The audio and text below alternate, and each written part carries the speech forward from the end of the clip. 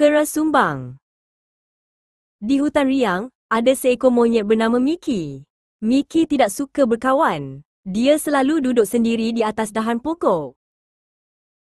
Lina si tupai dan haiwan lain sentiasa mengajaknya bermain. Tetapi Mickey selalu menggeleng. Dia suka menyendiri. Satu petang, Mickey tergelincir ketika cuba mengambil buah di dahan yang tinggi. Dia jatuh terperangkap pada celah dua dahan yang rapat. Mickey menjerit meminta tolong. Dia panik dan tidak dapat bergerak sendirian.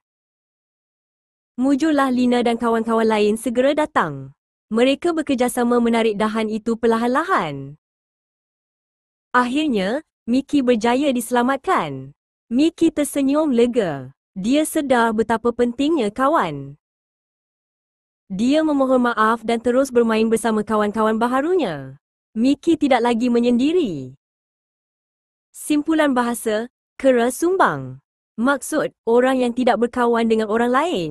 Contoh ayat, keluarga Pak Abu dianggap kera sumbang kerana tidak bercampur dengan penduduk kampung.